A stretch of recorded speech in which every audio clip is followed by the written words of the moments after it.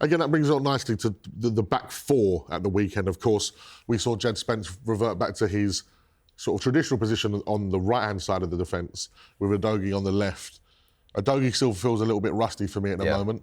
I still think our best four is Spence on the left and Porro on the right at the moment. What did you make of Udogie's performance? Yeah, same. A bit rusty. Yeah, a bit rusty. Not had much football, having injuries concerns as well. So, yeah, he needs to get up to speed. But do we want him to get up to speed? Was that a bad error from Thomas Frank, letting him get up to speed against Wolves? Maybe thinking, look, this is the game I can bring him in, get him up to speed. I agree with you. Our best back four at the moment is Spence on the left, Porro on the right. Porro's unbelievable down the right-hand side, and trying to have that connection link up with Kudus as well. You need that to progress and keep going and getting stronger and stronger. So I just felt that maybe it was an error playing Udogie on the left. And I don't think Spence had his best game, Jess. There was no one in the penitentiary this weekend. No, right? I was upset. I was going to say, normally he's got the after-game post on Instagram. I don't know why he's not called it the penitentiary. It needs to be the penitentiary. That's a trick. But I agree with you. And I also think that Porro should have started. But Porro started the last game, which I think he shouldn't have done. And was captain against Doncaster. I think there's little moments like that. I think he's rewarding people with, the right games. This is a big step up for Thomas Frank in terms of game management. Yeah.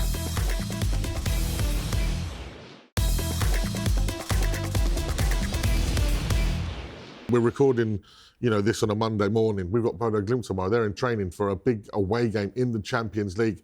One of the must-win games when you look at the fixtures that we've got. So it's going to be difficult for him to get it right. And I think, we have to give time for these things. People coming back from injury. We still have a lot of injuries in the front line. Madders, Kulu, Solanke, so important to us as well.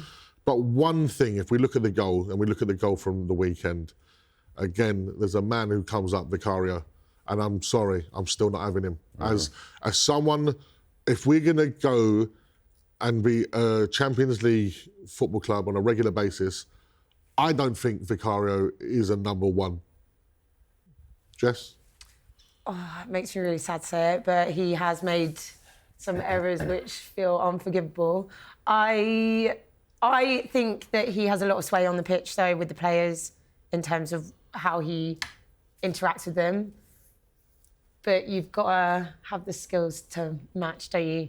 I don't know. I find it really hard because I have a lot of love for Vicario. I've got a lot of love for the way that he loves it, the intensity that he plays at, and he looks the part, he sounds the part.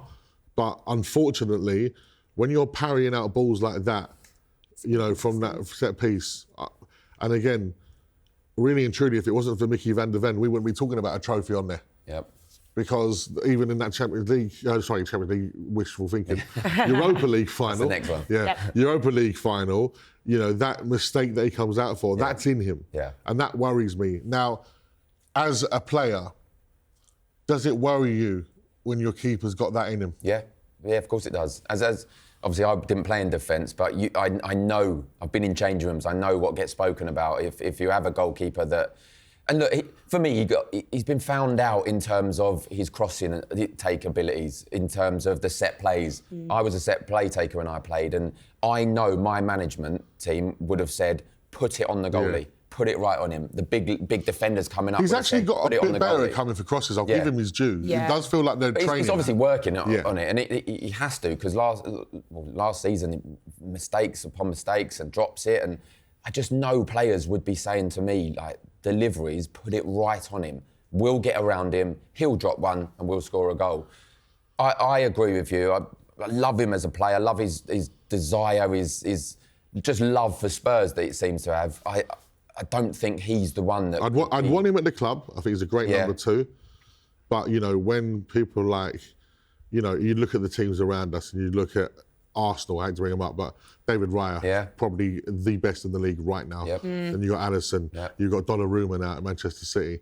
We're looking at Chelsea. One of their biggest issues is the keeper. And I know we got pelters because David Bentley said we're going to win the league next year. But if you want to get anywhere near winning the league, you have to have a solid number one. And we talk about all the teams that have won over the years, the Manchester United, the keepers they've had. When Leicester won the league, Kasper Schmeichel was absolutely superb. He's a top keeper. I just feel that's an area that we're going to have a look at. Well, if you look at most teams that do win the Premier League, and I'm not sitting here saying we're going to win the Premier League, but if you look at teams that do, are you sure? They concede the fewest amount of goals. Yeah. It's no coincidence. It's the back four and the goalkeeper. You get that right, and then you've got the talent in front that can produce. Yeah. You've always got a chance. And Jess, I can tell you got a soft spot for Vicario, right? But that back four now. Yep. The one I'm talking about, Jed Spence, Romero, who is just Captain Incredible now. Mickey van der Ven is just unbelievable. Excellent. Some of the stuff he did at the weekend as well was brilliant. And then Porro, that is a Champions League side, top four, right? The keeper behind that doesn't fill me with confidence. Is Europa League. He's got the passion. I'm starting to agree with you, but I feel like, I don't know, I feel like there's still room to learn, but what would you have instead? What, going into the market? Yeah. I think Crystal Palace have got a better number one than us. But do you think yeah. that would happen, is possible on the cards? I think when we talk about the love he has for the players, and players clearly like him as well as a character, if you get the right goalkeeper with the right character, that changes immediately. You mentioned Crystal Palace, Dean Henderson. Yeah. You can see his character. You can see he's loved by the support, the management, the players. He would do exactly the same as what Vicario's doing. You just need that belief in yourself, and I think Vicario has that. And I think and it's harsh saying it, isn't it? And I think even Nick Pope is better. Yeah. Like, there's some really good English keepers at the moment in the Premier League. I feel harsh saying it about Vicario. Of course, and it's been part of our history now. At the end of the day, we're having a discussion, and I'm looking at what went wrong at the weekend. And again, if we don't concede that poor set piece, and then I see some of his distribution, some of the kick-outs, it was just... Anyway.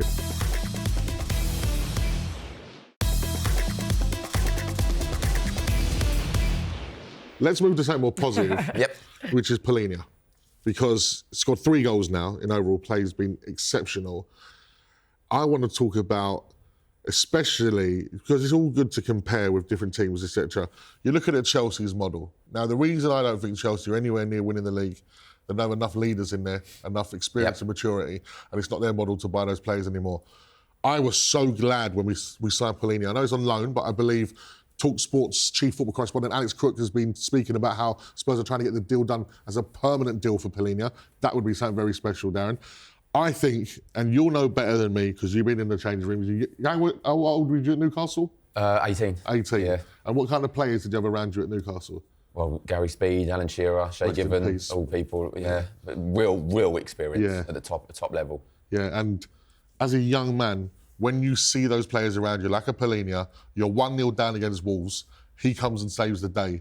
What does that do for you as a younger player around you? Well, it's happened. It's happened to me before. I made an error in a European game for Newcastle, gave away a goal, gave the ball away in the corner. They ended up scoring. Then I put a corner in. There he was. God rest his soul. Gary Speed headed one in, and then a couple of minutes later, Shearer scored the winner. So you look and you think, as a young player, you can express yourself. They allow you to express yourself. And if they come and criticise you, which I've had that from experienced players, not just at Newcastle, wherever I've been, it's coming from a good place. It's coming from a place of experience at the top level. And if they don't talk to you, you think, well, they must not think a lot of me. So it's coming from a good place. And you just feel that even if you do make an error, these guys are there to clear it up for you, to allow you to make that error. I mean, Polinia's been a revelation. And I agree with you, coming in 30 years old, experience at the top level in the Premier League, Bayern Munich last season. I think it's been probably one of the best signings that we've made for a long time, actually. And some of his performances have been tremendous. And with the players, Bergvall, Xavi Simons, all those young players around him, they can learn off that mentality.